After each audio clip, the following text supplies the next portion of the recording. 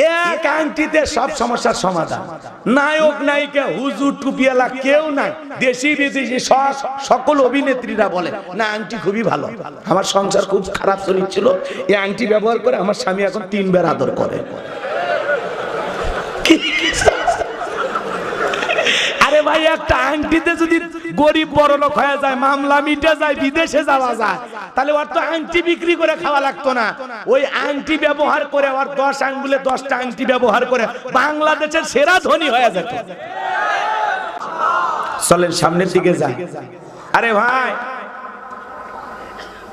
আমরা অনেকেই অনেক কিছু ভাবতেছি, কথা বলেন না কেন? রাগ করতেছেন আমার কথা? কি রাগ হয় আপনাদের? খুব বেশি রাগ হয় নাকি? খুব বেশি রাগ করেন নাকি? এই যে আপনারা একটা বিষয় অবগত আছেন যে আজকে তাম পৃথিবীতে জালেমদের একটাই টার্গেট, কি? ইসলাম আর মুসলমানকে জমিন থেকে তারা বিদায় করে দিতে চায়। কথা বলেন ঠিক কিনা? কিন্তু হামাসের মুসলমানেরা আজকের ঘটনা ইসরায়েলি ইহুদিদের ট্যাঙ্কের উপরে তারা পাবজি স্টাইলে হামলা করেছেন। বলেন আল্লাহু আকবার। কথা কি বোঝেন? ছেলেবেলায় যে পাবজি খেলে না, পাবজি, এই পাবজি গেমস স্টাইলে যেভাবে হামলা করা হয়, ঠিক ইসরায়েলি ইহুদি জালেমদের ট্যাঙ্কের উপরে হামাস মুসলমানেরা সেইভাবে হামলা করে ওদের ট্যাঙ্কে উড়িয়ে দিতেছে। আল্লাহু আকবার বলেন।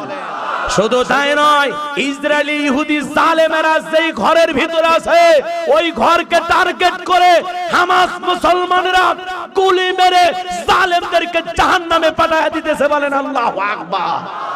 যেভাবে হামাস মুসলমানেরা হামলা চালিয়ে পাবজি স্টাইলে হামলা চালিয়ে এগিয়ে যাচ্ছে, আমাদের বিশ্বাস আজ হোক কাল হোক অবশ্যই ফিলিস্তিনের জমিন মুসলমানদের দখলে আসবে। ওই জালেমদের জায়গা ফিলিস্তিনের জমিনে হবে না, হবে না, হবে না। লিল্লাহে তাকবীর, লিল্লাহে তাকবীর। ভয় পাওয়ার কোনো কারণ নাই। যে জমিনে মুসলমানের রক্ত ঝরবে, মুসলমানের রক্ত বৃথা যেতে পারে। হাজার হাজার শিশুরা ফিলিস্তিনি জমিনে রক্ত দিয়েছেন আর জালেমদের বলে গেছেন আমাদের রক্তের উপরই একদিন ইসলাম প্রতিষ্ঠিত হবে। ফিলিস্তিনের জমিন ইহুদি জালেম মুক্ত হবে ইনশাআল্লাহ। জালেমদের জুলুম যত বাড়বে, ইমানদারদের বিজয় তত নিকটে। কথা বলেন ঠিক কিনা? ভয় পাচ্ছেন নাকি আপনারা?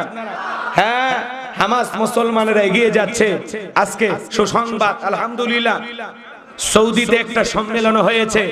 সৌদি আর ইরান হাত মিলাইছেন। আল্লাহু আকবার বলেন।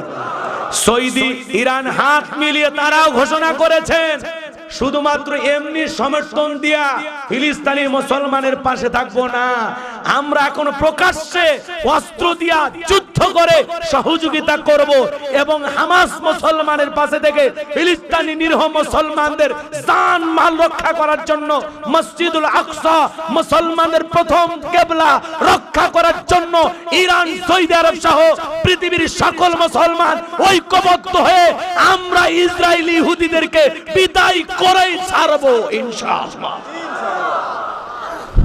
কথা বলেন না কেন? রাগ করতেছেন না? আলহামদুলিল্লাহ, অচিরেই বিজয় আসবে ইনশাআল্লাহ। কবুল করুন, জোরে বলুন আমিন। উত্তর কোরিয়ার প্রেসিডেন্ট কিম জং সে পর্যন্ত বলেছে অস্ত্র লাগলে আমি দেব। আল্লাহু আকবার বলেন। হামাস মুসলমানদেরকে বলতেছে অস্ত্র লাগলে কিম জং সে অস্ত্র দিয়া সহযোগিতা করবে। বলেন আল্লাহু আকবার। রাশিয়ার প্রেসিডেন্ট সেও গোপনে গোপনে অস্ত্র দিতে চায়। তার মানে বোঝা যায় অচিরেই ফিলিস্তিনের ভূখণ্ড মুসলমানদের দখলে আসবে। মুসলমানেরা নিজ ভূমি আবারও ফিরে পাবে। এই দখলদারি, উড়ে আসা, জুড়ে বসা ইসরায়েলদের আর পালানোর রাস্তাও খুঁজে পাবে না এরা। কথা বলেন ঠিক কিনা? অচিরেই এরা পালিয়ে যাবে ইনশাআল্লাহ। বিজয় মুসলমানদের আসবে 100% নিশ্চিত ইনশাআল্লাহ। মুসলমানদের বিজয় কেউ ঠেকাইতে পারবে? মুসলমানদের সাথে আছেন কে? হ্যাঁ, বিজয় দেবেন যিনি, তিনি কে? অবশ্যই আল্লাহ মুসলমানদের বিজয় দিবেন। এই বিশ্বাস নিয়ে আমরা এগিয়ে যাব। আল্লাহ কবুল করেন, জোরে বলেন আমিন। সম্মানিত ভাইরা আমার, আজকে কথা বলবো পবিত্র কোরআনুল কারীমের 31 নম্বর সূরা। সূরাটির নাম হলো লোকমান। জোরে বলেন কি নাম? মোট আয়াত আছে 34টি, রুকু আছে 4টি। বিশ্বনবীর মক্কার জিন্দেগিতে এই সূরাটি নাজিল হয়েছে। আমরা আজকে এই সূরা থেকে আলোচনা করব ইনশাআল্লাহ। সূরার নাম কি? আপনাদের উত্তর পাড়ার লোকমান। কথা কয় না কেন? কথা কি বুঝতে পারতেছেন? লোকমান একটা মানুষের নাম। কার নাম? আরো জোরে বলেন বাজান গো আমার। লোকমানে হাকিম একজন জ্ঞানী মানুষ। লোকমান একটা মানুষের নাম। জোরে বলেন কার নাম? লোকমান একজন জ্ঞানী ব্যক্তির নাম। আল্লাহ রাব্বুল আলামিন তার নামে একটি সূরা কোরআনুল কারীমের ভিতরে দিয়েছেন। এর গুরুত্ব কম না বেশি? আরো জোরে বলেন বাজান গো আমার। জমিনের একজন বান্দা নাম হলো লোকমান। তার জবানের কথাগুলো আল্লাহ পাকের কাছে এত পছন্দ হয়েছেন, এত পছন্দ হয়েছেন যে লোকমানে হাকিমের জবানের কথাগুলোকে আল্লাহ কোট করে কোরআনুল কারীমের ভিতরে তার নামে একটি সূরা নাজিল করেছেন। বলুন সুবহানাল্লাহ। লিখেছেন তাফসিরুল কোরআন মাহফিল। আলোচনা তাফসির ভিত্তিক হওয়ার দরকার আছে না নাই? একটু চোখ কান খুলে আলোচনাগুলো শুনবেন, বুঝবেন। জ্ঞানী লোকের জন্য কথা যা বলবেন তারা গ্রহণ করবে, কিন্তু এমনি আলগা শ্রোতা যারা আসে এদেরকে বোঝানো খুব কঠিন হয়। কষ্ট কি পাচ্ছেন আপনারা? আচ্ছা 12টা পর্যন্ত ধৈর্য নিয়ে মাহফিলে বসে থাকতে পারবেন তো ইনশাআল্লাহ? 12টা পর্যন্ত কারা কারা থাকবেন না তারা হাত তোলেন। আর যারা 12টা পর্যন্ত থাকবেন দুই হাত তুলে বলেন ইনশাআল্লাহ। হাত তোলেন ইনশাআল্লাহ। আল্লাহ কবুল করেন। জোরে বলেন আমিন। হাত নামান। এই যে মুসলমান হিসেবে ওয়াদা প্রতিশ্রুতি দিলেন, ওয়াদা ঠিক থাকবে তো ইনশাআল্লাহ? ওয়াদা ভঙ্গ করা কিসের লক্ষণ? মুনাফিকের লক্ষণ। এই তো আলোচনা আপনারাও জানেন আলহামদুলিল্লাহ। শ্রোতা যদি চালাক হয় ওয়াজ করে শান্তি পাওয়া যায়। 12টার মধ্যে আমরা দোয়া করার চেষ্টা করব। হাতে 1 ঘন্টার মতো সময় আছে। আমরা এই সময়টাই প্রাণ ভরে কোরআন এবং সুন্নাহর আলোকে দেশ ও জাতিকে লক্ষ্য করে প্রেক্ষাপটকে সামনে রেখে বক্তব্য আলোচনা হবে ইনশাআল্লাহ। একটু চোখ কান খোলা রেখে কথাগুলো শুনবেন, তাহলে সব বুঝবেন। কিছু আজ প্যান্ডেলে, কিছু আজ অ্যাঙ্গেলে। জ্ঞানী লোকের জন্য ইশারায় যথেষ্ট কথা বলেন, ঠিক কি না? চলুন সামনের দিকে যাই। সূরার নাম কি বললাম? আরো জোরে। লোকমান একজন মানুষের নাম, তবে তিনি সাধারণ মানুষ নন, জ্ঞানী মানুষ। সুবহানাল্লাহ বলেন। লোকমানে হাকিমকে আল্লাহ পাক অনেক জ্ঞান দিয়েছিলেন। সুবহানাল্লাহ বলেন। আমার ভাইয়েরা, লোকমানে হাকিম চেহারাটা দেখতে কালো ছিল, মনটা ছিল ভালো। লোকটা দেখতে খুব একটা লম্বা ছিলেন না, খাটো মানুষ ছিল। ঠোঁটগুলো ছিল মোটা। যদিও চেহারাটা ছিল কালো, তার অন্তর ছিল ভালো। তার জীবনের কথাগুলো আল্লাহর দরবারে পছন্দ হলো। এই জন্য আল্লাহ পাক তার নামে কোরআনুল কারীমের ভিতরে একটি সূরা নাজিল করলো। বলেন মারহাবা। লোকমানে হাকিম একজন কৃতদাস ছিল, রাখাল ছিল, গোলাম ছিল। কথাকে বোঝেন? মানুষের বাড়িতে ছাগল চরানোর কাজ করত। লোকমানের হাকিমের কাছে সন্ধ্যা বেলায় হাজার হাজার মানুষ এসে ভিড় জমাইতো। লোকমানের মনিব একদিন তাদেরকে ডেকে বলে, আমার কৃতদাস, আমার রাখাল লোকমানের কাছে তোমরা কি এমন বিষয় জানতে চাও যার কারণে তোমরা লোকমানে হাকিমের কাছে আসো? সবাই ডেকে বলে, আপনি তো জানেন না, আপনার লোকমানের কাছে এত জ্ঞান, এত জ্ঞান। আমাদের জীবন ঘনিষ্ঠ যে কোনো বিষয় নিয়ে আমরা যখন লোকমানের কাছে প্রশ্ন করি, লোকমান সুন্দর করে সেই প্রশ্নের জবাব দেন। বলেন আল্লাহু আকবার। লোকমানের কাছ থেকে আমরা জ্ঞান সংগ্রহ করি। সে অনেক জ্ঞানী মানুষ, তাই নাকি? বলে হ্যাঁ। আচ্ছা ঠিক আছে, আমার বাড়ি রাখাল এত বড় জ্ঞানী আমি তো জানি না। এইবার লোকমানকে ডেকে, লোকমান এদিকে আসো। হযরত লোকমান চলে আসলেন। এইবার তার মনিব ডেকে বলে, লোকমান তোমার নাকি অনেক জ্ঞান। এই কথা ভেবে সে তার জ্ঞানকে পরীক্ষা করার জন্য ডেকে বলে, লোকমান একটা ছাগল জবাই করার পরে সবচাইতে উৎকৃষ্ট 2টা জিনিস আমার সামনে হাজির করবা। লোকমানে হাকিম একটা ছাগল জবাই করার পরে ছাগলের জিহ্বা আর হৃৎপিণ্ড মালিকের সামনে হাজির করলেন। পরের দিন আবার ডেকে বলে, লোকমান আর একটা ছাগল জবাই করে সবচাইতে নিকৃষ্ট 2টা জিনিস আমার সামনে হাজির করবা। আবারও জিহ্বা আর হৃৎপিণ্ড হাজির করলেন। এইবারে রেখে বলে, লোকমান শুনেছি তুমি অনেক জ্ঞানী, গতকালকে বললাম উৎকৃষ্ট সবচাইতে ভালো দুইটা জিনিস ছাগলের দেহ থেকে নিয়ে আসবা, জিহ্বার হৃৎপিণ্ড হাজির করলা, আজকে আবার বললাম সবচেয়ে নিকৃষ্ট দুইটা জিনিস নিয়ে আসবা, তাও আবার জিহ্বার হৃৎপিণ্ড নিয়ে আসলা। ব্যাপারটা আমি বুঝতে পারলাম না, আমার মাথায় ঢুকলো না। আসলে তুমি কি জ্ঞানী? লোকমানে হাকিম ডেকে বলে, ও আমার মনিব, আমার মালিক, মানুষের দেহের ভিতরে দুইটা জিনিস সবচেয়ে দামি, একটা প্রাণীর ভিতরে দুইটা জিনিস দামি, একটা জিহ্বা আর একটা হৃৎপিণ্ড। এই জিহ্বাতে যদি সত্য কথা বলা হয়, জিহ্বাটা যদি পুরোটা ভালো থাকে তাহলে দেহটা ভালো থাকবে, হৃৎপিণ্ড অন্তরাত্মা এটা যদি ভালো থাকে তাহলে পুরো দেহটা ভালো থাকবে। এই জিহ্বা যদি সত্য কথা বলা হয়, হক কথা বলা হয়, কুরআন তিলাওয়াত করা হয়, আল্লাহ রাব্বুল আলামিনের জিকির করা হয়, তাহলে জিহ্বাটা দামি হয়ে যায়। বলেন আল্লাহু আকবার। অন্তরের ভিতরে যদি তাকওয়া থাকে, আল্লাহর ভয় থাকে, পাপের কোনো মরিচা ময়লা না থাকে, অন্তরটা যদি আল্লাহর ভয় দিয়া পরিষ্কার থাকে, জিহ্বা হৃৎপিণ্ড ভালো থাকলে পুরো দেহটাই ভালো থাকবে। বলেন আল্লাহু আকবার। আর এই জিহ্বাতে যদি মিথ্যা কথা বলা হয়, অশ্লীল কথা বলা হয়, মিথ্যা সাক্ষী দেওয়া হয়, এই জিহ্বাতে আজেবাজে গালিগালাজ করা হয়, কোরআন তেলাওয়াত যদি না করা হয়, ফাহিশা অশ্লীল কথা বলা হয়, তাহলে জিহ্বাটা হয়ে যাবে নিকৃষ্ট। আর অন্তরের ভেতরে যদি গুনাহের ময়লা পড়ে যায়, কালো দাগ পড়ে যায়, মরিচা পড়ে যায়, অন্তরে যদি পাপ এসে বাসা বাঁধে, শয়তানের ওয়াসওয়াসায় যদি অন্তরটা নাপাক হয়ে যায়, তাহলে দেহের ভিতরে দুইটা যদি অকেজো হয়ে যায়, পুরো দেহটাই অকেজো হয়ে যায়। বলেন আল্লাহু আকবার। যুক্তির ব্যানারে সুন্দর করে বিষয়টা বুঝায় ধরলেন। মালিক তখন ডেকে বলে, লোকমান আসলেই তোমার জ্ঞান আছে, তোমার এত দামি জ্ঞান নিয়ে আমার বাড়িতে রাখাল থাকার দরকার নাই, আজ থেকে আমি তোমাকে আজাদ করে দিলাম, মুক্ত করে দিলাম। বলেন আল্লাহু আকবার। লোকমানে হাকিম কোন নবী ছিলেন না, রাসূল ছিলেন না, ছিলেন একজন সাধারণ মানুষ, কিন্তু সম্মান মর্যাদার দিক দিয়া অসাধারণ ব্যক্তি ছিলেন। বলেন আল্লাহু আকবার।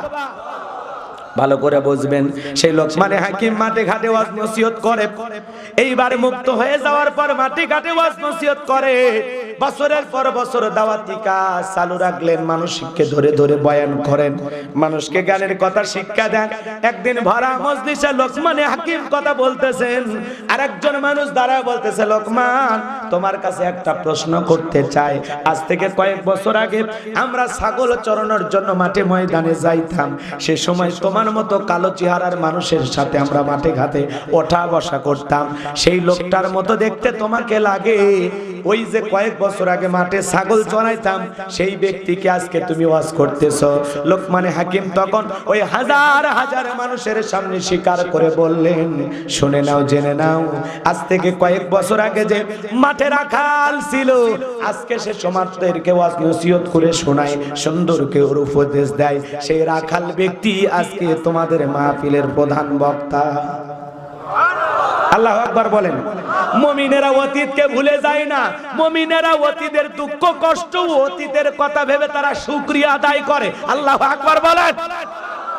মুমিনেরা অতীতকে মুছে ফেলে না, মুমিনেরা অতীতকে ভোলে না। কথা বলেন ঠিক কি না?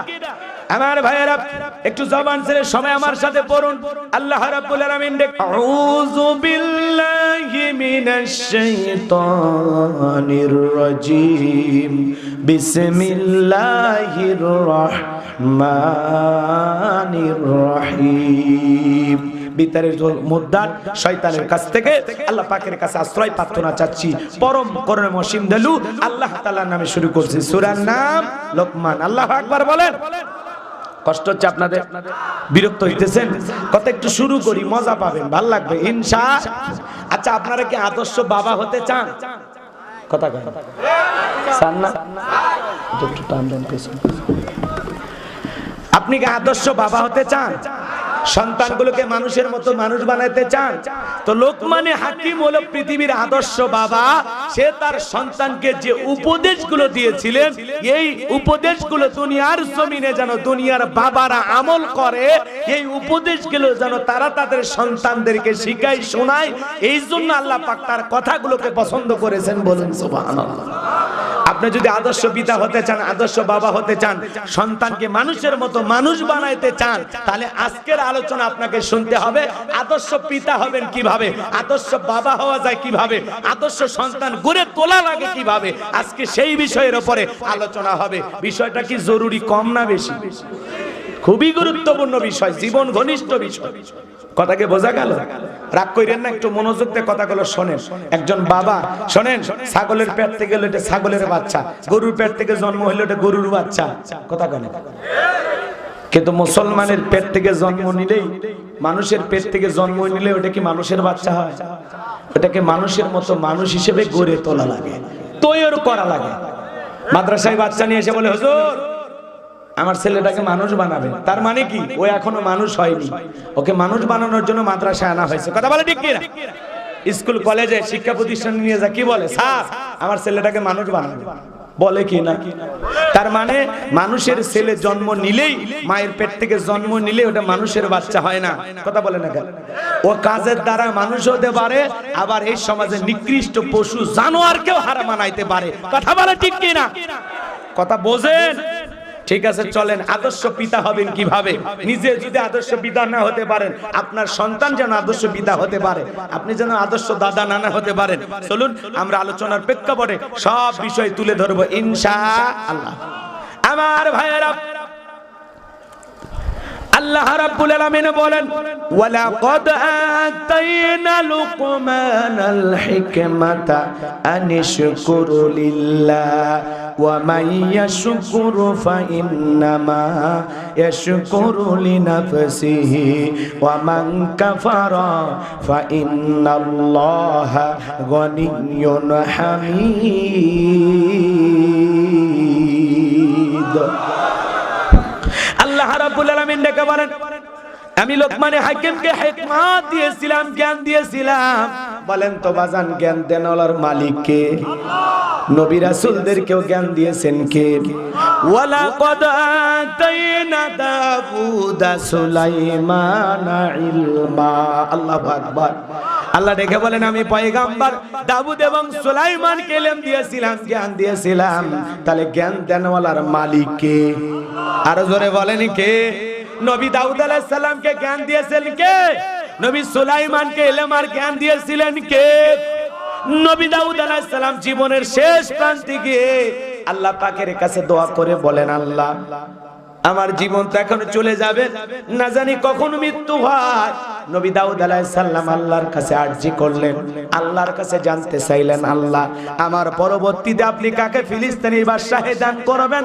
যে নবী দাউদ আলাইহিস সালাম যদি কণ্ঠ দিয়ে জাবুর কিতাব তিলাওয়াত করতেন, তার তিলাওয়াত শোনার জন্য সমুদ্রের মাছগুলো পর্যন্ত ভিড় জমায়ে দিত। বলেন সুবহানাল্লাহ। সেই নবী দাউদ ডেকে বলে, আল্লাহ আমার জীবন তো চলে যাবে, আমার পরবর্তীতে ফিলিস্তিনের বাদশাহী কারে দান করবেন জানতে বড় মনে চায়। আমার আল্লাহ ডেকে বলে, ও নবী দাউদ, তোমার পরবর্তীতে তাকে আমি ফিলিস্তিনের বাদশাহী দান করব। আমার পক্ষ থেকে একটা নিয়ামতে ভরা সিন্ধুক যাবে, ওই সিন্ধুকের ভিতরে তিনটা জিনিস থাকবে।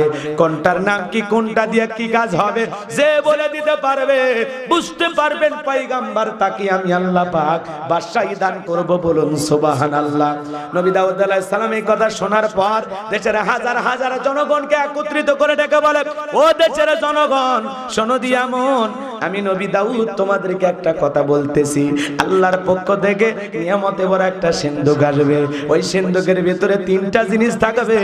কোনটার নাম কি, কোনটা দিয়ে কি কাজ হয়, তোমরা কি কে বলে দিতে পারবা? আমার ভাইয়েরা, হাজার হাজার মানুষ মাথা নত করে চলে যায়। পয়গম্বরের প্রশ্নের কেউ উত্তর দিতে পারলো না। কয়েকদিন এইভাবে অতিবাহিত হয়ে যাওয়ার পর হাজার হাজার মানুষকে বললেন, কেউ উত্তর দিতে পারলো না।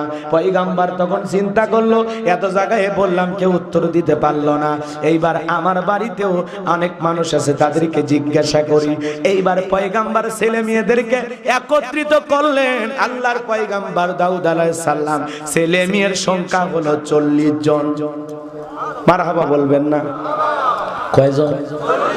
আর আমাদের স্লোগান, সন্তান দুইটার বেশি নয়, একটা হলে ভালো হয়। আর আমার স্লোগান, না হইলে আরো ভালো হয়। খালি টোনা আর টুনি, ডিস্টার্ব করার কেউ নাই, মরার পরে কান্দারও কেউ নাই। কথা কয় না, কথা কয়। মনে রাখবেন এই দেশের স্লোগান এইটা না, এটা হলো ইহুদি খ্রিস্টানদের স্লোগান। ওই জালেমেরা চাই মুসলমানের সংখ্যা কমুক না বাড়ুক।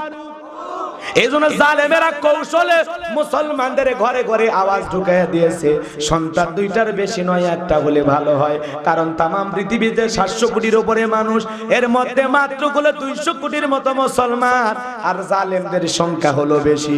আমরা যদি সংখ্যায় 350 বা 400 কোটি মুসলমান যদি হতে পারতাম, পৃথিবীর জালেমেরা মুসলমানের রক্ত নিয়ে খেলা করা তো দূরের কথা, মুসলমানের শরীরের পশম বাঁকা করার সাহস পৃথিবীর কোনো জালেমের ছিল না। আজকে মুসলমান সংখ্যায় কম, এজন্য বাতিলেরা হয়েছে আমাদের জম, কেড়ে নিতে চাই আমাদের দম। কথা বলেন ঠিক কিনা? আমার ভাইয়েরা মনোযোগ দিয়ে কথাগুলো শুনবেন। মাজান গো আমার, এই জন্য মুসলমান সন্তানের সংখ্যা বাড়ানো দরকার আছে না নাই? এই তো দিনাজপুর একটা মুরব্বী সন্তান কোলের মধ্যে নিয়ে আসে, বলে হুজুর দোয়া করে। এমন চাচা কে ভাই? নাতিপতি। নাতিপতি মানে আমারই। চাচা আপনার বয়সের সাথে তো যায় না। এটা 11 নাম্বার। বললাম যাক, বিশ্বকাপ খেলার মতো হয়েছে।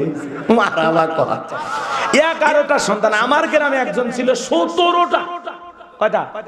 17টা। রাগ করতেছেন নাকি আপনাকে? আলহামদুলিল্লাহ, আমরা এখন সংখ্যা কমানোর ধান্দায় আছি। আল্লাহ চাইলে একসাথে 10-20টাও দিতে পারবে। আরে আমার হিসাব পড়ে, আমি তো বয়স শেষ হয়ে গেছে, পরে হিসাব দেব শেষ বয়সে। হ্যাঁ, 50-60 বছর পর্যন্ত হায়াত পায়, চেষ্টা তো চলতে আছে, বলা যাবে। হ্যাঁ, দোয়া করেন, পরে পরে হিসাব নিকাশ পরে। এখন আপাতত 2-4টা যা আছে দোয়া করেন, আল্লাহ কবুল করেন। যারা বলেন আমিন। শ্রোতা খুব চালাক। এরে লাইভ চলো, গরম পানি দাও।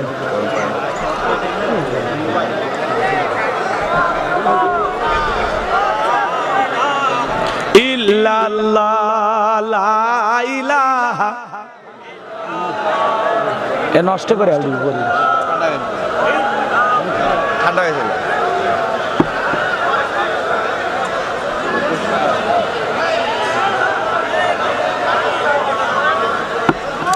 বন্ধ করে দাও, লাইভ দেখি বন্ধ করে দিলে।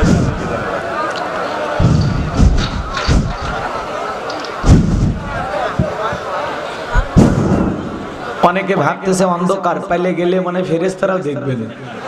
কি চালাক গো। আচ্ছা, ওয়াজ শুনতে আসেন না আপনারা, তে লাফাচ্ছেন কে? ধৈর্য নিয়ে বসেন, শুরু থেকে শেষ পর্যন্ত শুনলে বুঝতে পারবেন যে না, হুজুর কিছু একটা বুঝাইলো আর আমি বুঝছি। কথা কয় না, তে শেষ পর্যন্ত না শুনলে কি বুঝবেন? কিছু বোঝা যায়। শুরু থেকে শেষ পর্যন্ত যে কোনো কথা শুনতে হয়। একটু বসেন। আমি তো বেশি দিন আপনাদের এলাকায় আসি না, যে না খুব ঘন ঘন হুজুর আসে তা তো না, বছরে 2-1 বার আসি। একটু ভালোবাসা দেন, বসেন বসেন। এমনও মুরব্বী আছে যাত্রার প্যান্ডেলে ফজরের নামাজ পড়ছে, তার মানে যাত্রা ফজর পর্যন্ত দেখছে, ওটিকার নামাজ পড়ে। কথা কয় না কেন? আছে না, এক সময় গেছে না মানুষ যাত্রাপালা দেখছে। কথা কয় নাকি আপনারা? গ্রাম অঞ্চলে এরকম মন সাজায় যাত্রা হয়নি? কেসাসা লসিমন করিমন খাইরন সুন্দরী কাশেম মালার প্রেম বানেসা পুরি, এগুলো হয়নি? আমি তো ছোটবেলায় দেখছিলাম আমার এলাকায়। কথা কয় না কেন? 2000 সালের আগের কথা হিসাব করেন তো, গ্রামে গ্রামে এরকম 5 দিন 7 দিন গাছ মাজা হয়নি? সন্ধ্যের বেলায় ছেলে মানুষই মহিলার স্বাস্থ্য। কথা কয় না কেন? ওই মিশে মিশে কাঠের তরবারি নিয়ে যুদ্ধ করতো, মঞ্চ এরকম সাজায় লাফালাফি করতো। একজন বই ধরে বলে দিত, জাহাপানা আমি আপনার মেয়েকে বিবাহ করতে চাই। খামোশ প্যারো। কথা কয় না? আচ্ছা ঠিক আছে, যুবকদের কথা একটু বলা লাগবে। যুবকদের ওয়াজ আছে, ওটা মেমোরিতে সেভ করা আছে, সময় মতো ডাউনলোড দিয়ে শোনায় দেব ইনশাআল্লাহ। তোদের একটা গোপন তত্ত্ব আছে, আজকে ফাঁস করে দেব। লিল্লাহি তাকবীর। বাজান গো আমার, নবী দাউদ আলাইহিস সালাম এইবার তার ছেলে মেয়েগুলোকে একত্রিত করলেন, তাদের সামনে করলেন ঘোষণা, যা বলেছেন মালিক রব্বানা। দেখে বলে বাবা, আল্লাহর পক্ষ থেকে নিয়ামতে বড় একটা সিন্ধুক আসবে, সিন্ধুকের ভিতরে 3টা জিনিস থাকবে, কোনটার নাম কি, কোনটাতে কি কাজ হয় তোমরা কি কেউ বলে দিতে পারবা? পয়গম্বরের বড় ছেলে বলতে পারে না, মেজো ছেলে বলতে পারে না, সব চাইতে ছোট 19 বছরের টকবকে যুবক, নাম তার সুলাইমান। হাত তুলে বলে লাব্বাইক আব্বাজান, আপনি যদি অনুমতি দেন আমি সুলাইমান বলে দিতে পারবো ওই সিন্ধুকের ভিতরে 3টা জিনিস কি কি থাকবে, কোনটার নাম কি, কোনটা দিয়ে কি কাজ হয়, জোরে বলেন মারহাবা। নবী দাউদ ডেকে বলে বাবা তুমি ছোট মানুষ কেমনে বলতে পারবা? ডেকে বলে আব্বাজান আমারে ছোট মনে করবেন না, আমার বয়স যখন 14-15 হয়ে গেছে, আমি যখন জঙ্গলের পাশ দিয়ে হেঁটে যাই, ওই জঙ্গলের একটা প্রাণী আর একটা প্রাণীর সাথে, একটা পশু আর একটা পশুর সাথে কি কথা বলে, কোন ভাষায় কথা বলে, আমি জমিনের উপরে দাঁড়াইয়া পশু প্রাণীর ভাষাও বুঝতে পারি। আব্বাজান একেবারে ছোট মনে করবেন না, দূর আকাশে পাখি ডানা মেলে উড়ে যায়, ওই পাখি উঠতে উঠতে কি বলে আমি জমিনের উপর দাঁড়াইয়া পাখিদের কণ্ঠের ভাষাও বুঝতে পারি। আমি বলে দেব সিন্ধুকে 3টা জিনিস কি কি আছে, কোনটার নাম কি, কোনটা দিয়ে কি কাজ হয়, আপনারা কি শুনবেন? কারা কারা একটু হাত তুলে দেখান, লিল্লাহে তাকবীর, লিল্লাহে তাকবীর। হাত নামান বাজান গো আমার ভাইয়েরা। লুকমানে হাকিম মাঠে ময়দানে ওয়াজ নসিহত করতেন এমনটাই নয়, আল্লাহ পাক সেই কথাই জানায় দিলেন। লুকমানে হাকিমকে আল্লাহ রাব্বুল আলামিন হিকমত দিয়েছিলেন, জ্ঞান দিয়েছিলেন, বলেন সুবহানাল্লাহ। এবং জ্ঞান দেওয়ার পরে আল্লাহ রাব্বুল আলামিন ডেকে বলেন ওয়ালাকাদ আতাইনা লুকমানাল হিকমাতা আনিশকুরু লিল্লাহ ওয়া মান ইয়াশকুরু ফাইন্নামা ইয়াশকুরু লিনাফসিহি ওয়া মান কাফারা ফাইন্নাল্লাহা গনিয়্যুন হামিদ। আমার আল্লাহ ডেকে বলে আর আমি লোকমানে হাকিমকে হিকমত দিয়েছিলাম, জ্ঞান দিয়েছিলাম, আর বলেছিলাম লোকমান আমার শুকরিয়া আদায় করো, আমার কৃতজ্ঞতা প্রকাশ করো। লোকমানে হাকিম প্রশংসা করেছিলেন কার? কৃতজ্ঞতা প্রকাশ করেছিলেন কার? আমার আল্লাহ ডেকে বলেন যারা প্রশংসা করে সে তার নিজের জন্যই প্রশংসা করলো, সুবহানাল্লাহ বলেন। আর যারা কৃতজ্ঞতা প্রকাশ করতে চায় না, আমি আল্লাহর প্রশংসা করতে চাই না, ভালো করে বোঝেন বাজান। লোকমানে হাকিম প্রশংসা আদায় করেছিলেন, আল্লাহ তার সম্মান মর্যাদা বাড়ায় দিয়েছেন। এরপরে আল্লাহ ডেকে বলেন যারা প্রশংসা আদায় করতে চায় না, কৃতজ্ঞতা প্রকাশ করতে চায় না, আমি আল্লাহ রাব্বুল আলামিন জানায় দিলাম যারা শুকরিয়া আদায় করতে চায় না তারা, এদিক খেয়াল করে, তারা শুকরিয়া আদায় না করলে আমার কোনো ক্ষতি, কথা কয় না। আপনি যদি কৃতজ্ঞতা প্রকাশ করেন এতে আপনার লাভ, যদি কৃতজ্ঞতা না প্রকাশ করেন আমার আল্লাহর কোনো সমস্যা আছে? আল্লাহ ডেকে বলেন যারা শুকরিয়া আদায় করে সে তার নিজের জন্য আদায় করে, আর যারা শুকরিয়া আদায় করে না তাদের জেনে রাখা উচিত আমি আল্লাহ অমুখপেক্ষী, আমি আল্লাহ নিজেই প্রশংসিত, বলুন সুবহানাল্লাহ। আপনি ডাকলেও আমার আল্লাহ আল্লাহ, না ডাকলেও আমার আল্লাহ আল্লাহ। ডাকলে বান্দার লাভ, আল্লাহর কোনো লাভ নাই, না ডাকলে বান্দার ক্ষতি, আল্লাহর কোনো ক্ষতি নাই। 5 বছর পরে পরে ভোট দিয়া কি আল্লাহ নির্বাচন করে হয়? তার মানে কি আপনি ডাকলেও আমার আল্লাহ আল্লাহ, না ডাকলেও আমার আল্লাহ আল্লাহ। ডাকলে বান্দার লাভ, না ডাকলে বান্দার লস। আল্লাহর কোনো লস আছে?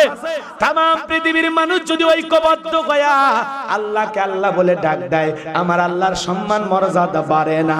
আবার তাম পৃথিবীর মানুষ যদি সিদ্ধান্ত নেয় আমরা একবারও আল্লাহকে আল্লাহ বলে ডাক দেব না, এতে আল্লাহর আসমানের খুঁটি ভেঙে পড়বে, আমার আল্লাহর কোনো ক্ষতি হবে হবে না। তার মানে কৃতজ্ঞতা প্রকাশ করলে বান্দার লাভ, কথা কয় না। শুকরিয়া আদায় করলে বান্দার লাভ, আমার আল্লাহর কোনো লাভ নাই। না শুকরিয়া আদায় করলে বান্দার লস, আল্লাহর কোনো লস। কথা কি বোঝা গেল? তাহলে আমরা সবাই কৃতজ্ঞতা প্রকাশ করব কার? শুকরিয়া আদায় করব কার? সুখে থাকলে প্রশংসা হবে কার? দুঃখে থাকলে প্রশংসা হবে কার? গরিব থাকলে প্রশংসা কার? ধনী থাকলে প্রশংসা কার? সর্ব অবস্থায় কৃতজ্ঞতা প্রকাশ করব কার? লাইন শাকারতুম লাযিদান্নাকুম ওয়া লাইন কাফারতুম ইন্না আযাবি লাশাদীদ। যারা নিয়ামত পাওয়ার পরে শুকরিয়া আদায় করে আল্লাহ পাক তাদের নিয়ামত সময়গুলোকে বাড়ায়া দেন, বলেন সুবহানাল্লাহ। আর যারা নিয়ামত পাওয়ার পরে না শুকরিয়া আদায় করে, কৃতজ্ঞতা প্রকাশ করে না, আল্লাহ তাদের নিয়ামতগুলোকে ছিনিয়ে নেয়। তাদের জন্য কঠোর আযাব শাস্তির ব্যবস্থা রয়েছে। জোরে কর নাউযুবিল্লাহ, আরো জোরে কর নাউযুবিল্লাহ। তাহলে প্রশংসা করবো কার? আরে ভাই, আপনার তো একটা ভাঙ্গা টিনের ঘর আছে অথবা একটা মাটির ঘর আছে। এই দুনিয়ার জমিনে এমনও মানুষ আছে, রেল স্টেশনের দিকে তাকায় দেখেন, ঘুমানোর খাটও নাই, কথা কয় না, মাথার তলে দেওয়া বালুশও নাই, একটা ইট মাথার তলে দিয়ে ঘুমায়। আল্লাহ কি তার চাইতে আপনাকে ভালো রাখে নাই? তাহলে কেন আল্লাহর শুকরিয়া আদায় করবেন না? পারস্যের কবি শেখ সাদী রহমতুল্লাহ আলাইহি, তার পায়ের স্যান্ডেল নাই, জুতা নাই, মনটা খারাপ, পথ চলতে চলতে তাকা দেখেন আল্লাহর জমিনে এমন এক বান্দা বসে আছে, তার দুটা পা নাই। কি নাই? পা নাই, প্রতিবন্ধী। এই দৃশ্য দেখে পারস্যের কবি শেখ সাদী রহমতুল্লাহ আলাইহি সিজদায় পড়ে কেঁদে বলে, আল্লাহ, পায়ে জুতা নাই, মন খারাপ করেছিলাম, কিন্তু এই জমিনে তোমার এমনও বান্দা আছে যার দুইটা পা নাই, জুতা পায়ে দেবে কোথায়? আল্লাহ গো, এত ভালো থাকার পরে জুতার টেনশন করেছিলাম, আমারে তুমি মাফ করে দাও। ভালো করে বোঝেন, আজকে মুসলমান এত ভালো আছি, তারপরে শুকরিয়া আদায় করি না। কথা বলেন না কেন? বাড়ি আছে, ঘর আছে, হন না আপনি রিক্সা চালক, হন না আপনি ভ্যান চালক, হোক ছোটখাটো একটা দোকান আছে বদরগঞ্জ বাজারে, আলহামদুলিল্লাহ, আল্লাহ যে হালতে রেখেছে, যেভাবে রেখেছে, তাতেই আমি শুকরিয়া আদায় করবো কার? ভাই রে ভাই, ভালো করে বোঝেন। কুড়িগ্রাম জেলা একবার ওয়াজ করতে গেছিলাম, আমার সাথে অন্ধ হাফেজ সাহেব খাওয়া দাওয়া করতেছে, হঠাৎ করে বিদ্যুৎটা চলে গেল। আমি ডেকে বললাম, ভাই তাড়াতাড়ি আলোর ব্যবস্থা করেন, চার্জারের ব্যবস্থা করেন, আলোর ব্যবস্থা করেন। অন্ধ হাফেজ সাহেব আমার হাত ধরে ডেকে বলে, হুজুর 52 বছর হয়ে গেল হুজুর, আমার চোখে কোনো আলো নাই। ও হুজুর, কয়েকটা সেকেন্ডের জন্য বিদ্যুৎ চলে গেছে, আপনি অস্থির হয়ে গেছেন, জন্মের পর থেকে আজ পর্যন্ত আমার চোখে কোনো আলো নাই। যে মাকে মা বলে ডাকতে, আমার মাটা কেমন আমি জানি না, যে আমার বাবাটা দেখতে কেমন আমি জানি না। হুজুর, আমি বিয়ে করেছি, বউটা কালা না ফর্সা আমি জানি না, সন্তান জন্ম দিয়েছি, ছেলেটা দেখতে কেমন আমি জানি না, মেয়েটা কেমন দেখতে আমি জানি না। আমি কোরআনের হাফেজ, অন্ধ হাফেজ সাহেব হুজুর, ও হুজুর, আল্লাহর কোরআন আমি দেখে পড়তে পারি না, শুনে শুনে মুখস্থ করেছি। হুজুর, আল্লাহর আসমানটা কেমন, জমিনটা কেমন আমি জানি না, আমার আল্লাহ আমার চোখের আলো দেয় নাই, আমি মন খারাপ করি নাই। আমার আল্লাহ আমার এত ভালোবাসে, এত ভালোবাসে, দুনিয়ার জমিনে আল্লাহ চোখের আলো দেয় না, আমি মন খারাপ করি নাই। কিন্তু আল্লাহর কাছে আমার একটাই চাওয়া হুজুর, এটুকুই আমার সান্ত্বনা, যেদিন কিয়ামতের ময়দানে আল্লাহ আমার চোখের আলো ফিরায় দেবে, আমি যেদিন চোখের আলো ফিরে পাবো, সেই দিন যেন আমার চোখ দিয়ে আমার আল্লাহকে আমি দেখতে পাই। একটা অন্ধ ব্যক্তির সান্ত্বনা কোথায়? সুবহানাল্লাহ বল। কত প্রতিবন্ধী দেখি, কত অন্ধ দেখি, যার চোখের আলো নাই সে বোঝে চোখের আলোর দাম কত, কথা বলেন ঠিক কিনা? যার হাত নাই সে বোঝে হাতটার দাম কত, যার পা নাই চলতে পারে না সে জানে পায়ের দামটা কত। দেহের ভিতরে আল্লাহ কোটি কোটি টাকার নিয়ামত সম্পদ আপনাকে আমাকে দিয়েছেন, কেন আল্লাহর শুকরিয়া আদায় করব না? সদা সর্বদাই জবান দিয়ে শুকরিয়া আদায় করব কার? চিৎকার মেরে বলুন আলহামদুলিল্লাহ। এজন্য আল্লাহ তাআলা ডেকে বলেন, ওয়ালাকাদ আতাইনা লুকমানাল হিকমাতা আনিশকুরু লিল্লাহ ওয়া মান ইয়াশকুরু ফাইন্নামা ইয়াশকুরু লিনাফসিহি ওয়া মান কাফারা ফাইন্নাল্লাহা গনিয়্যুন হামিদ। আল্লাহ ডেকে বলেন, আমি লোকমানে হাকিমকে হিকমত দিয়েছিলাম আর বলেছিলাম লোকমান আমার শুকরিয়া আদায় করো। লোকমানে হাকিম আমি আল্লাহর শুকরিয়া আদায় করেছিল।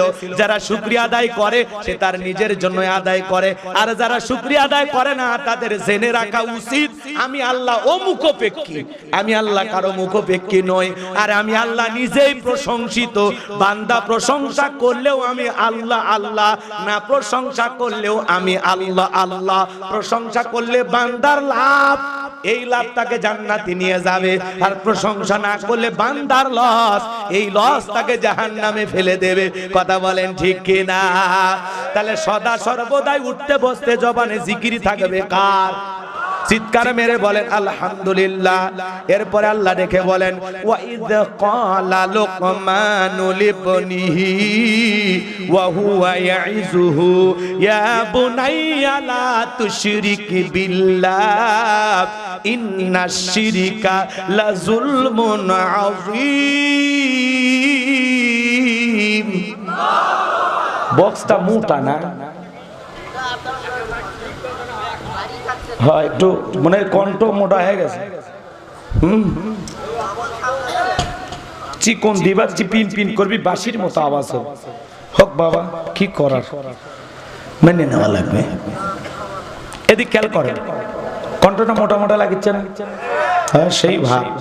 এদিক খেয়াল করে বাইরা আমার, এ কথা কস না শোনা, তোদের জন্য ওয়াজ আছে বাবা, একটু বস, মন খারাপ করে না। আচ্ছা, এদিক খেয়াল করেন বাজান গো আমার। আল্লাহ ডেকে বলেন স্মরণ করো লোকমানে হাকিমের কথা।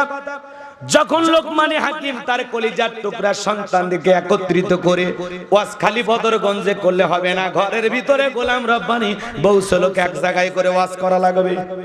হাজী সাহেব খালি 3 চিল্লা মারলে হবে না, চিল্লার পাশাপাশি ছেলে মেয়েদেরকেও ভালো বানানো লাগবে। হাজী সাহেব চিল্লা দেয়, মেয়ে পর্দা করে না, তাহলে তো চলবে না।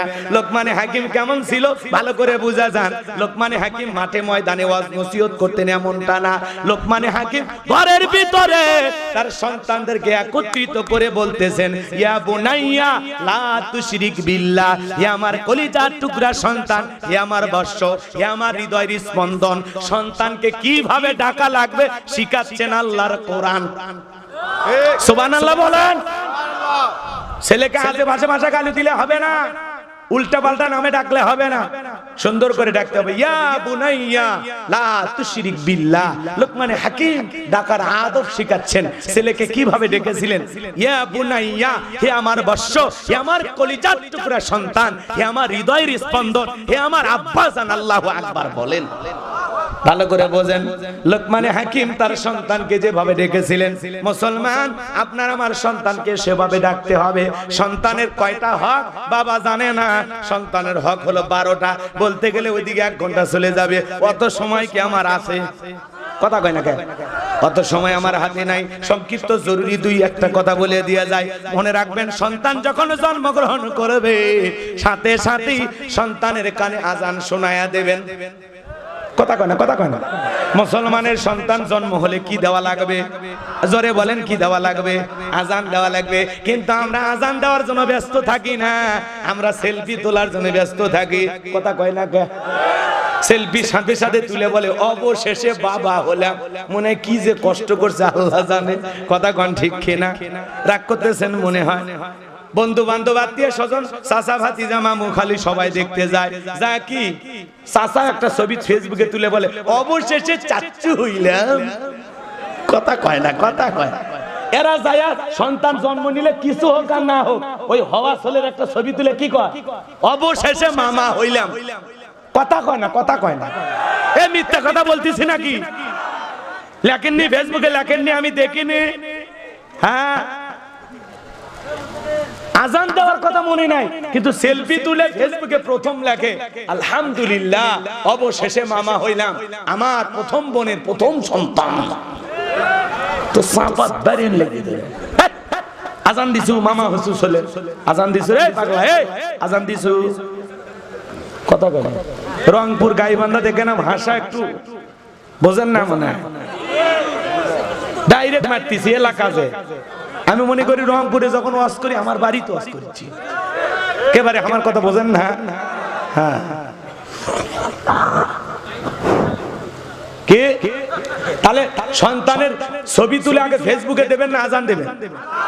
যেই মহিলার সিজার করে বাচ্চা হলো ওই পাগলিও ছবি তোলে, তুলে বলে অনেক কষ্টের পরে মা হইলাম। শরম লজ্জা গেছে কোন জায়গায় আল্লাহ জানে। হাই রে মুসলমান, চলেন সামনের দিকে যাই, কথা অনেক আছে, কেবল তো শুরু। লিল্লাহে তাকবীর। তাহলে সন্তান জন্মগ্রহণ করার সাথে সাথে কানে আজান দেওয়া লাগবে। এরপরে কি করা লাগবে? সন্তানের সুন্দর একটা নাম রাখা লাগবে। কি নাম? আল্লাহর কাছে দুইটা নাম প্রিয়, একটা হলো আব্দুল্লাহ আর একটা হলো আব্দুর রহমান। আল্লাহু আকবার বলে। আল্লাহর কাছে কয়টা নাম পছন্দ? এই দুটো যদি বেটা হয়, একটা নাম আব্দুল্লাহ আর একটা আব্দুর রহমান, পারবেন না? অনেক মা বোন যুবক যুবতী আমার কাছে ফোন দেয়, হ্যালো আসসালামু আলাইকুম। কি রে ভাই, এ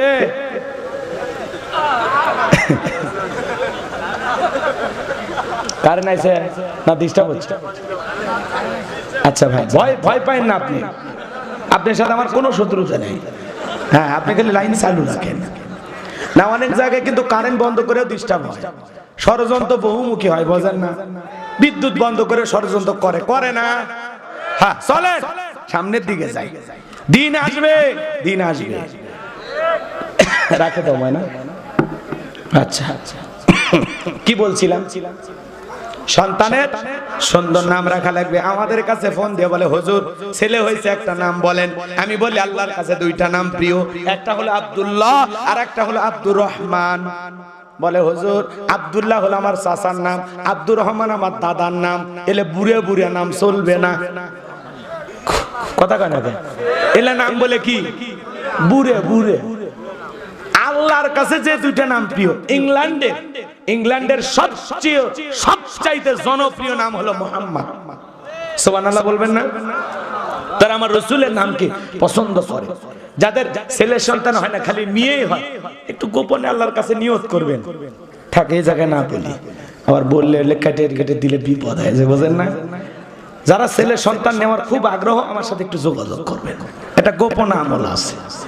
বেটা হবে, কে হবি না, কে আল্লাহ দেওয়ার মালিক, কথা কয় না, খালি একটা নিয়ত করা লাগবে। পারবেন? আচ্ছা ঠিক আছে, যোগাযোগ করেন, পরে বলবো নি। এ জায়গায় বলা যাবে, প্রকাশ্যে বললে আবার এটা বোঝেন তো, মিডিয়া বোঝেন না, তখন বলবে হুজুর আবার পাকনামি শুরু করছে। তো অতএব আপনি গোপনে বলবেন, আপনার কাজ হইলেই তো হলো, নাকি বলেন? বাস চলেন সামনের দিকে যাই। যে কথা বলতে চাচ্ছিলাম, বাজান গো আমার, মন খারাপ করবেন না। তাহলে সন্তানের নাম ভালো রাখার দরকার আছে না নাই? কিন্তু আমরা এগুলো নাম পছন্দ করি না। ডিজিটাল নাম, কি নাম কয়? রকি, সনি, জনি, কথা কয় না? না, বল্টু, স্ক্রু, ঢিল, টায়ার, কথা কয় না? নাম শুনে বাপ রে বাপ, শয়তান পর্যন্ত পিছন দিকে দৌড় মারে। ঝন্টু, মন্টু, রিঙ্কি, কথা কয় না? মেয়েদের নাম হাসি, খুশি, মায়া, জয়া, কথা কয় না? কথা কয় না? পিঙ্কি, চুমকি, ঝুমকি, আছে না নাই? এমন নাম মাথায় গরম হয়ে যায়, বাপ রে বাপ। কথাকে বোঝা গেল? এক গ্রাম্য চাচা ঢাকা শহরে গেছে, ঢাকা শহরে যা ভাতিজার বাড়িতে খাওয়া দাওয়া করছে। এবার ডেকে বলে, ভাতিজা তোমার নাকি ছেলে মেয়ে আছে, একটু ডাক দাও। এইবার ভাতিজা ডাক দেয়, ব্রাশ ফায়ার। চাচা মারছে দৌড়, বলে বাবা আমি গ্রামের মানুষ, ব্রাশ ফায়ার করে মারিস না। কয় চাচা আপনি থামেন। কয় না, থামা যাবে না বাবা, আমারে তুই ব্রাশ ফায়ার করে মারিস না, খাওয়াইছিস ভালো, আমি রংপুর পর্যন্ত পৌঁছে যেতে পারবো। কয় চাচা আপনি থামেন, আপনি না আমার ছেলে মেয়েকে দেখতে চাইছেন? বলে হ্যাঁ দেখতে চাইছিলাম। কয় ছেলের নাম রাখছি ব্রাশ আর মেয়ের নাম রাখছি ফায়ার। কি ডিজিটাল নাম রে বাপ রে বাপ, কথা কোন ঠিক কি না? এই হলো সমাজের হালচাল। বাজান আজে বাজে নাম রাখা যাবে না, কোরআন সুন্নাহ মোতাবেক ভালো নাম রাখা লাগবে। নবীদের নাম, সাহাবায়ে কেরামদের নাম পছন্দ করে রাখবো ইনশাআল্লাহ। এখন যুগ জামানা পাল্টে গেছে, ছেলের নাম রাখছে মোটু, পাতলু, আছে না নাই? আছে না নাই? বাপরে বাপ, একজনের নামের সাইজ দেখলে মাথা খেলে না। আল্লাহ আমাদের বোঝার তৌফিক দান করুন, জোরে বলুন আমিন। তাহলে প্রথমে একটা ভালো নাম রাখবো তো ইনশাআল্লাহ। এরপরে সন্তানকে দ্বীনি ইলম শিক্ষা দিতে হবে।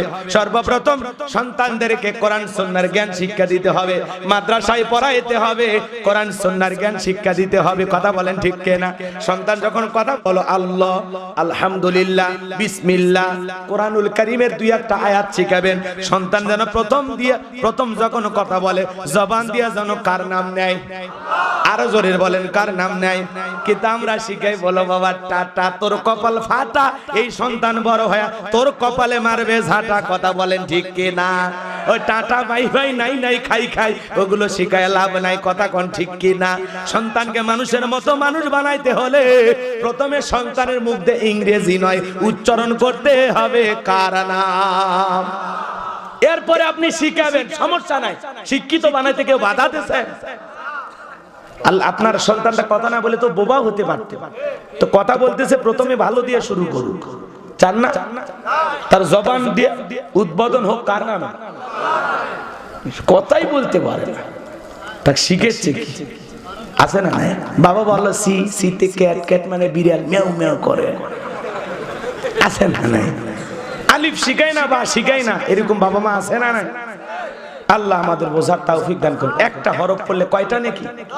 আহা, আর পুরো ইংরেজি বই পুস্তক যা আছে সব পড়ে শেষ করলে নেকি পাওয়া যাবে? কিন্তু শিখতে হবে। কেন? ডান হাতের যেমন দরকার আছে বাম হাতেরও তেমন দরকার আছে, হুজুরের যেমন দরকার আছে ডাক্তার ইঞ্জিনিয়ারও তেমনি দরকার আছে। কথা বলেন ঠিক কি না? শিখাইতে মানা নাই, আগে কোরআন হাদিস দিয়ে অন্তরটা পরিষ্কার করেন। কোরআন হাদিস শিখে তারপরে ডাক্তার বানান, ইঞ্জিনিয়ার বানান। সে আদর্শ ডাক্তার হবে, আদর্শ ইঞ্জিনিয়ার হবে, নেতা হলে আদর্শ নেতা হবে, ঘুম চুরি করে খাবে না। কথা কি বুঝেছেন? সামনের দিকে যায়, কথা লম্বা হবে, লম্বা করব না, সংক্ষিপ্ত করে বলে দিয়ে যাই বাজান গো আমার। যে কথা বলতে চাচ্ছিলাম আপনাদের উদ্দেশ্যে, তাহলে সন্তানকে দিন এলেম শিক্ষা দেব, পারবো তো ইনশাআল্লাহ। এরপরে সন্তান যখন বড় হবে, অনেক কথা আছে, ছেলে হোক মেয়ে হোক, এদিক খেয়াল করেন। দুই ভাইও যদি হয় এক কম্বলের নিচে ঘুমাইতে দেবেন না। পারতপক্ষে বেড আলাদা, খাট যদি একটা বড় হয় দুইজনের জন্য দুইটা কম্বল, এক কম্বলের নিচে দুই ভাই ঘুমাবে না, এক কম্বলের নিচে দুই মেয়ে ঘুমাবে না। কথা কয় না? বললাম না অনেকগুলো হক আছে, বলার সময় নাই, বলতে গেলে ওটা আলাদা একটা ওয়াজ। আপনার দুইটা ছেলে, কম্বল কয়টা? কথা কয়। মেয়ে দুইটা, কম্বল কয়টা? ছেলে এদিক খেয়াল করেন, দুই বোন একই সাথে বাথরুমে গোসল করবেন না। কথা কয় না? কথা কয় না? দুই ভাই একই বাথরুমে একই সাথে গোসল করা, এগুলো বিষয় লক্ষ্য রাখা লাগবে। পিচ্চি বাচ্চা কাচ্চা সেটা ভিন্ন কথা, যখন একটু বড় হবে, বোঝেন তো আপনারা, সপ্তাহ খুলে বলা যাবে না, অল্পতে আপনার বুঝে নেওয়া লাগবে, ঠিক আছে? হ্যাঁ, আল্লাহ আমাদের পরিবারগুলো শয়তানের ওয়াসওয়াসা থেকে হেফাজত করুন, জোরে বলুন আমিন। আর আমি পারিবারিক যে সন্তান পিতা মাতার যে 12টা হক, সেদিকে যাওয়ার সুযোগ নাই। আমার কথা অনেক খুবই গুরুত্বপূর্ণ মেসেজ সামনের দিকে দিতে হবে। চল চল বাজান গো আমার, যে কথা বলতে চাচ্ছিলাম, সন্তান যখন বড় হবে, সন্তানকে একটা সুন্দরী মেয়ে দেখে, কথা কয় না, বিবাহের ব্যবস্থা করা লাগবে। সুন্দরী মানে কেমন সুন্দরী? নেককার, দিনদার, নামাজি, কোরআন পড়ে, পর্দা করে, আল্লাহওয়ালা। কথা বলেন ঠিক কিনা? আরো জোরে বলেন কত বরকার। যদি বলতে চাই 42 ঘন্টা দিয়েও শেষ হবে না, সংক্ষিপ্ত কথা বলে দিয়ে যায়। বলেন তো বাজান, একটু মনোযোগ দিয়ে গুনাহগারের কথাগুলো শুনে যান। সিজদা হবে মাজারে না মসজিদে? মাজারে সিজদা দেওয়া কি শিরক? জোরে বলে। পীরের পায়ে সিজদা দেওয়া, নেতার পায়ে সিজদা দেওয়া। মুসলমান, এই মাথা আল্লাহ ছাড়া দুনিয়ার কারো কাছে নত করা যাবে না। মুসলমান সিজদা দেবে মাজারে নয়, সিজদা দিবে মসজিদে। কথা বোঝা গেল? মাজারে সিজদা দেওয়া শিরক, মনে থাকবে। মাজারে কি চাইতে হবে? কার কাছে? মাজারের পীর সাহেবের ক্ষমতা আছে আপনার ভাগ্যের কোনো কিছু দিতে পারে? সেই তো নিজের বিপদে আছে না, ভালো আছে না মন্দ আছে, আপনি কি জানেন? সে কবরে চলে গেছে, তার কর্মফল শুরু হয়ে গেছে, আপনি তার কাছে কি চান? একজন মৃত ব্যক্তি আপনাকে কি দিতে পারে? কথা কয় না? মুসলমান আজকে কবর পূজারি হয়ে গেছে, মাজার পূজারি হয়ে গেছে। কেন এগুলো? যে মাজারে শুয়ে আছে সে আল্লাহকে আমল করে আল্লাহওয়ালা হয়েছে, আল্লাহর প্রিয় বান্দা হয়েছে, আল্লাহর প্রিয় বন্ধু হয়েছে। আপনিও আমল করেন, করে আল্লাহর বন্ধু হয়ে যান। কথা বলে না? তা না করে সিজদা দেয় মাজার, ফাজলামি করা জায়গা পান না। মাজারের পীর সাহেব আপনাকে কিছুই দিতে পারে না, দিতে পারেন কে? চাইতে হবে কার কাছে? বলেন এই কথা যে না আল্লাহ তোমার এই প্রিয় বান্দা, সে যেমন প্রিয় হয়েছে আমারও তেমনি প্রিয় হিসেবে কবুল করো। ভালো করে বুঝবেন বাজান, মাজারে সিজদা দেওয়া শিরক, চাইতে হলে আল্লাহর কাছে চাইতে হবে, কথা বলেন ঠিক কি না?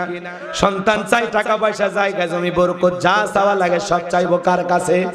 ফাইদা ফারাগতা ফানসাব ওয়া ইলা রাব্বিকা ফারাগাব।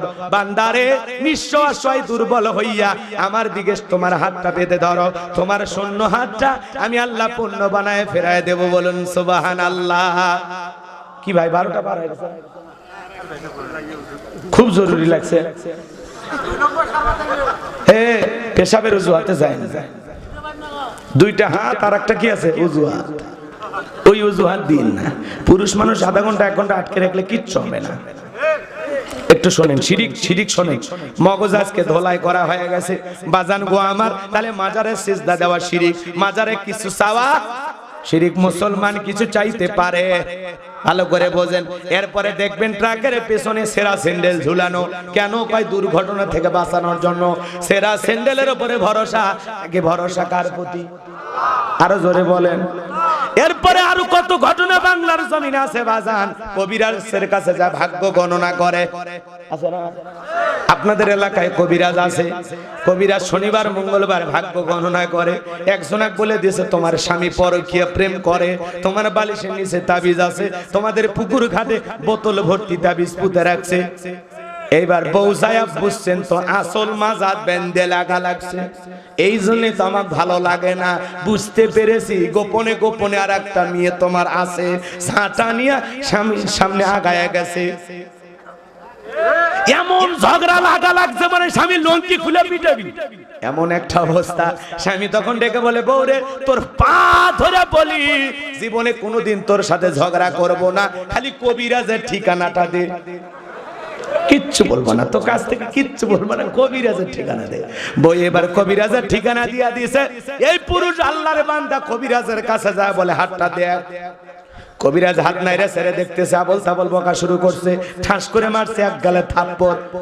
কবিরাজ বলে বাবা আমি বুড়া মানুষ, থাপ্পড় কেন মারলে? কয় বুড়া হলে তোর তো শয়তানি যায়নি, তুই কিসের কবিরাজ? মানুষের ভাগ্য গণনা করে ও বলতে পারিস কোন জায়গায় তাবিজ আছে বলতে পারিস, আমার আর একটা মেয়ের সাথে সম্পর্ক বলতে পারিস, আর 2 মিনিট পরে তুই থাপ্পড় খাবি। নিজের ভাগ্য গণনা করে দেখিস নাই, ওরে পাগল কবিরাজ। কথা কয় না কে? ও যদি ভালো কবিরাজ হতো দরজায় দাঁড়ানো মাত্রই বলতো থাপ্পড় মারা নিয়তে এসেছিস। কথা কয় না কে?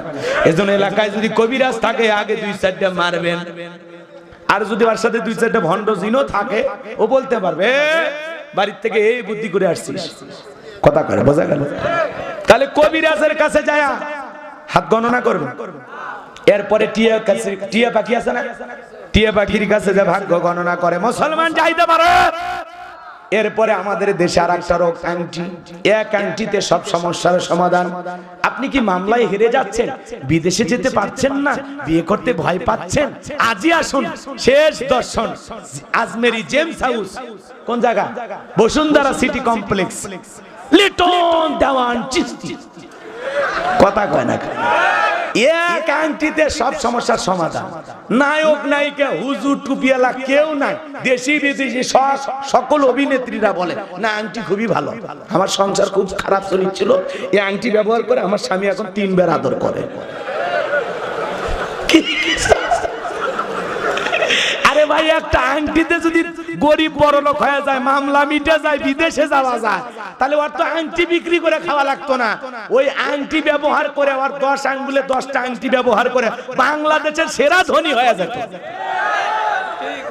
এগুলো ভান্ডামি, বিশ্বাস করা যাবে না। কথাকে বোঝা গেল? খবরদার কোন কবিরাজের কাছে যাবে না, কোন আংটিতে কোনো কল্যাণ নাই। কল্যাণ কার কাছে?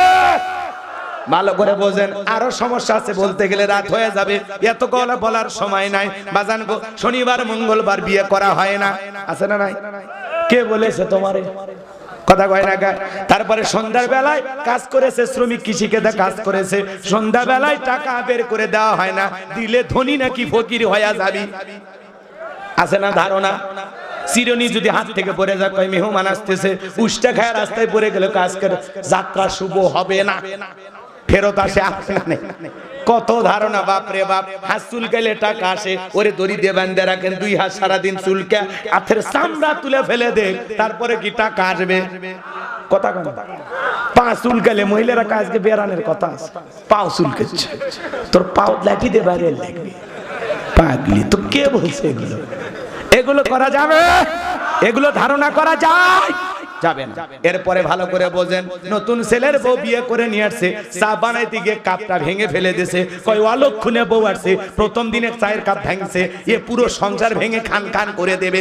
ওই ঘটনা শাশুড়ির হাত থেকে ঘটতে পারতো, ননদের হাত থেকে ঘটতে পারতো, একটা চায়ের কাপের ওপরে মানুষের ভাগ্য গণনা হয় না।